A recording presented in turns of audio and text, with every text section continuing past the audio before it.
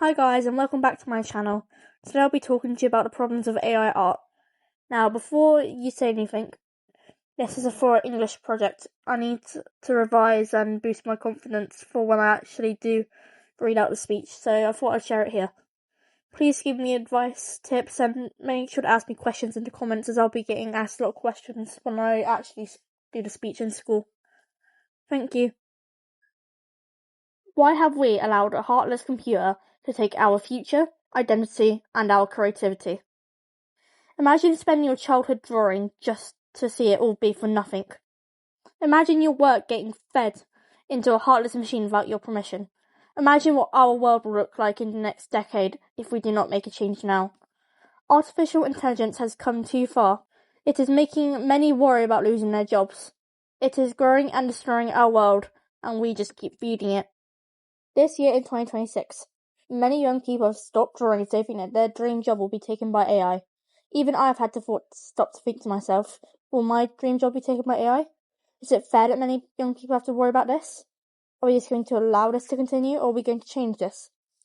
Admittedly, AI allows people to generate art quicker, and it may be more convenient for some. Nevertheless, the consistent use of it is making the artist community and our world crumble. Some may say they can't draw, but that isn't true. We all began somewhere with just a piece of paper and a pencil, so why can't you? We improved, developed our own art style, and had fun making art in the process, so why can't you? AI art is simply not art. It lacks the human emotion and creativity that goes into one's piece.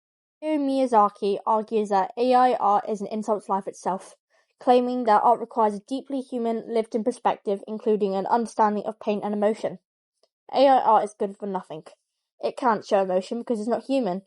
It can't be creative because it's not human. It can also be horrifying, scaring people who use it. For example, the lobe phenomenon. In April 2022, Seth Marge-Twassen experimented with a negative prompts in early generative AI models. By repeatedly asking the AI to generate the opposite of a given phrase, the AI landed on a striking recurring image of a woman with hollow eyes, reddish cheeks, and a devastated expression. When Loeb's image was crossbred with other pictures, the AI inexplicitly and consistently generated horrifying, gory, or remarkable scenes. This can still happen, making AI dangerous for the youthful population and dream stealing for many. This has to change now. Not only does it steal dreams from children, but it also robs the art from artists and illustrators. AI art relies on generative models, such as the Midjourney or DALL-E, that scan massive datasets to find patterns in human-made content, breaking down colors and shapes to recombine them into entirely new shapes based on the user's text and prompts. AI art isn't even the work of a machine, but rather stolen from artists without permission.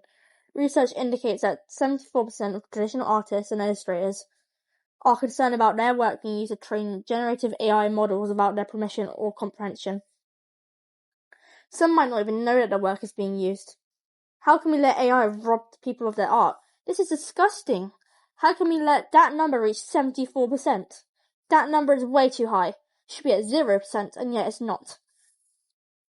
Molly Crabble states that generative AI art is vampirical, feasting on past generations of artwork even as it sucks the lifeblood from living artists. Over time, this will perish our visual culture. AI art should not exist. It is taking our artist community and will continue to feast on artwork until it grows until the world is run by AI.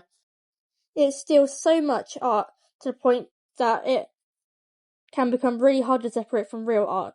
And I'm going to show you some real art and AI art, and I want you to tell me which one's rich. I'm going to give you 6 seconds on each. Feel free to tell me which ones you got right in the comments.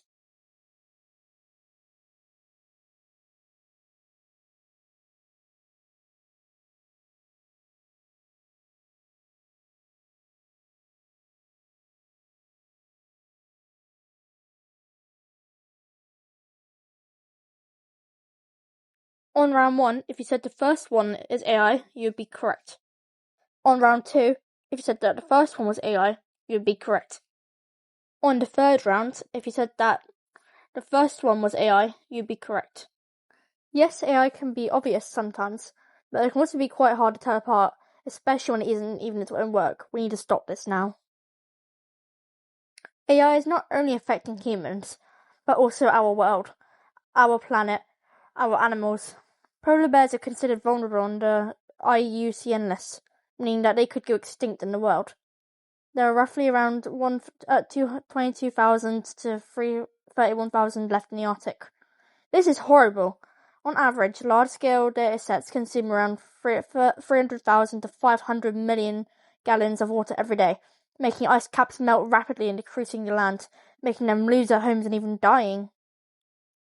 Do you really want our next generation growing up not knowing what a polar bear is? It also takes a lot of space, needing land cleared for databases and areas for mining.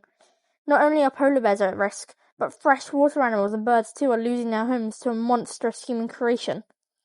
People are using AI to generate animal content, and it looks so real to the point where people, especially younger people, believe that is real. AI doesn't always give a realistic view on how animals behave, often leading to misinformation. We are allowing boundaries between what's real and what's not to become too blurred. I understand that AI is convenient, but it's destroying every part of our world.